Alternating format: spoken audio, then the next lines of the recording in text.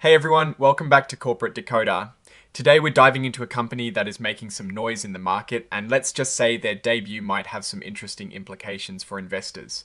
Grab your magnifying glass, we're about to decode this filing. And before we get into the nitty-gritty, if you love getting to the heart of these financial disclosures without the corporate jargon, make sure you hit that subscribe button.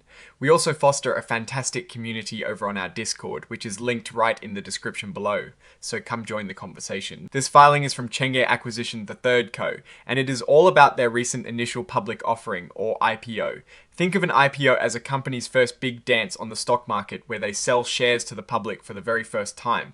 This report is essentially them telling the world, we're here and this is our starting point. The company is offering different types of ownership pieces, like regular shares of stock for people to buy and sell, and also these things called units. Each unit is a combination of one ordinary share and half of a redeemable warrant. What is a warrant, you ask? Well, it is like a coupon that gives you the right, but not the obligation, to buy the company's stock later at a set price. It is a way to sweeten the deal for early investors. These shares and units are being traded on a big stock exchange, the Nasdaq Stock Market LLC, which is a pretty well-known place for tech and growth companies to list their stocks. Now for the main event, the IPO itself happened on the 17th of September 2025.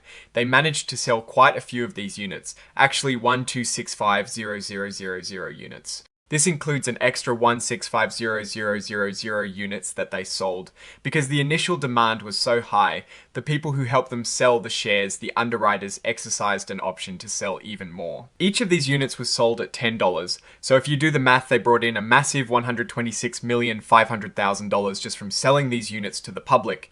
That is a huge amount of money raised right out of the gate. But it is not just the public that bought into this. The company also made private sales of units to specific investors. They sold units to Chenghe Investment III Limited, Chenghe Investment III LLC, and also to the underwriter themselves. These private sales added another $4,080,000 to their kitty. So, in total, they raised a substantial amount of money right after their IPO. Where all this money going, a big chunk of it, $126,500,000 to be exact, has been put into a special trust account. This is a common practice for companies doing IPOs, especially those that are SPACs or special purpose acquisition companies.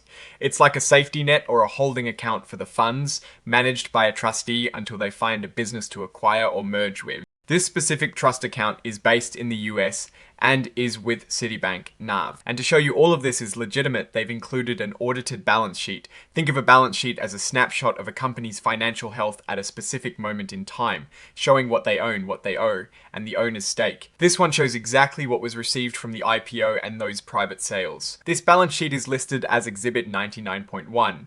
It is essentially the official record of the money they just brought in.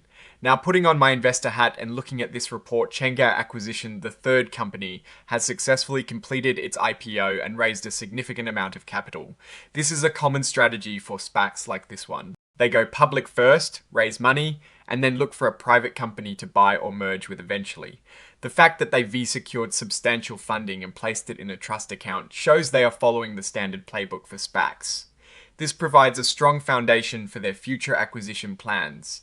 However, the real test for a company like this will be how effectively they deploy this capital. The success of the SPAC entirely hinges on finding a suitable target company and successfully merging with it. If they can find a strong business with good growth prospects, that $126 million in the trust account could fuel a very successful venture.